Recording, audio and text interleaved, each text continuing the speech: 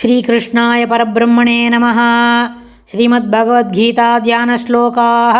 नमोऽस्तु ते व्यासविशालबुद्धे पुल्लारविन्दायतपत्रनेत्र येन त्वया भारततैलपूर्णः प्रज्वालितो ज्ञानमयप्रदीपः प्रपन्नपारिजाताय स्तोत्रवेत्रैकपाणये ज्ञानमुद्राय कृष्णाय गीतामृतदुहे नमः। सर्वोपनिषदो गावो दोक्ता गोपालनन्दनः पार्थो वत्सत्सुधीर्भोक्ता दुक्तं गीतामृतं महत्। वसुदेवसुतं देवं कंसचाणूरमर्दनं देवकी परमानन्दं कृष्णं वन्दे जगद्गुरुम्। அடுத்தது இரண்டாவது ஸ்லோகம். நமே விதுஹு சுரகணாः பிரபவம் ந மகர்ஷயः அகமாதிர்ஹி தேவானாம் மகர்ஷீணாஞ்ச சர்வசः. நமே விதுசுரகணாः பிரபவம் ந மகர்ஷயः அகமாதிர்ஹி தேவானாம் மகர்ஷீணாஞ்ச சர்வசः. இந்த இரண்டாவது ஸ்லோகத்தில் மே பிரபவம், பிரபவம்னா ரொம்ப பிரபாவமாக இருக்குது அப்படின்னு சொன்னால் அதெல்லாம் என்ன பெருமை.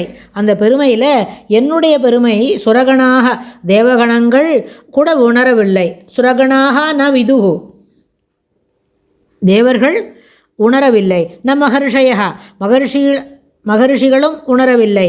அகம் தேவானாம், தேவர்களுக்கும் மகர்ஷிகளுக்கும் எல்லா வகையிலும் முதற் காரணமன்றே. அப்படி தானே மனசில் வச்சுக்கணும். என்ன சொல்கிறாருன்னு கேட்டால், ரிஷிகள் இருக்கா, அவள் என்னை முழுமையாக உணர்ந்துட்டாளா? இல்லை. தேவர்கள் இருக்கா, அவள்லாம் என்னை முழுமையாக உணர்ந்திருக்காளா? ஓரளவுக்காவது அவளுக்கு தெரியுமா? தெரியாது. ஆனால் இந்த ரிஷிகளாக இருந்தாலும் அப்புறம் தேவர்களாக இருந்தாலும் இன்னும் சுரகணங்கள் அவள்லாம் இருந்தாலும் என்ன இருக்குது? சுரர்னா தேவர்கள், அசுரர்னா நம்மளுக்கு தெரியும் அசுரன்னு. சுராசுரர் அப்படின்னா சுரனாக இருந்தாலும் அசுரனாக இருந்தாலும் தேவரிஷிகளாக இருந்தாலும் மகரிஷிகளாக இருந்தாலும் அவர்களுக்கு எல்லாருக்கும் முதற் காரணம் ஒருத்தன் ஏன் அசுரனாக இருக்கான், ஏன் தேவர்களாக இருக்கான், இல்லை மகரிஷியாக ஒருத்தருக்கு எப்படி இருக்கார் அப்படின்னா அதற்கு ஒரு முதற் காரணமுமே அந்த பெருமாள் தானே, நான் தானே. அதுவே அவர்கள் உணரவில்லை. நமே விதுஹு சுரகணாக நமே விதுஹு ந மகர்ஷய அகம் தேவானாம் ச மகர்ஷீணாஞ்ச ஆதிகி, எல்லாருக்கும் முதற் காரணம் நானே அன்றோ அப்படின்னு பெருமாள் கேட்குறார். முதல் ஸ்லோகத்தில் பூயஹா அப்படின்னு சொல்கிறார். பூய ஏவ மகாபாகோ, பூயஹா அப்படின்னா கேளு அப்படின்னு சொல்கிறார். என்னத்தை கேட்க சொல்கிற அப்படின்னு சொன்னால், எளிதில் அறியப்படாத விஷயமாதலின். இது மாதிரி இப்போ பெருமாள் இவ்வளோ சொல்லிருக்கார் அப்படின்னா இது எளிதில் அறியப்படாத விஷயம். அதனால் சாவதானத்துடனும் ஸ்ரத்தையுடனும் பிரேமையுடனும் அடிக்கடி கேட்பதும் அதை பற்றி சிந்திப்பதும் அவசியம் என்பது கருத்து. ஒரு விஷயத்தில் நம்மளுக்கு ஈடுபாடு வரணும் அப்படின்னா அது முதல்ல என்ன பண்ணணும்? நிறைய தடவை படிக்கணும், நிறைய தடவை சொல்ல வச்சு கேட்கணும் அப்படின்னு சொல்கிறோம் இல்லையா? அதனால் பெருமாளோடைய சிறப்பு, பெருமாளோடைய விபுத்தன்மை ரொம்ப பெருமை வாய்ந்தது அப்படின்னா அதுபோல் கூட நம்ம என்ன செய்யலாம்? அதை எல்லாத்தையும் மனசில் வாங்கிட்டு அதை மீண்டும் மீண்டும் கேட்டு மீண்டும் மீண்டும் படித்து பார்த்து அதை மனதில் இருத்தி கொள்ள வேண்டியது அவசியம் அப்படின்னு பெருமாள் சொல்கிறார். அதனால் பூயஹா அப்படின்னு. அடுத்தது பிரபவம். பிரபவம் என்று சொன்னால் என்ன அர்த்தம்? இதற்கு பிறப்பு, எல்லாவற்றிற்கும் முன்பான ஆதியான பிறப்பு என்னது? ஆதியான முதல் ஆதியும் அந்தமும் இல்லவே இல்லை. பெருமாளுக்கு முடிவும் இல்லை.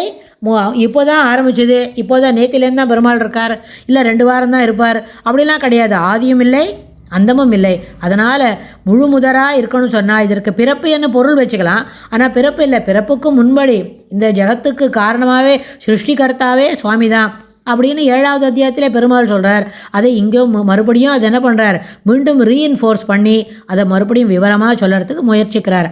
அகமாதிகி அப்படின்னு சொன்னால் இந்த புருஷ சூக்தத்தில் ஒரு வரி இருக்கும்.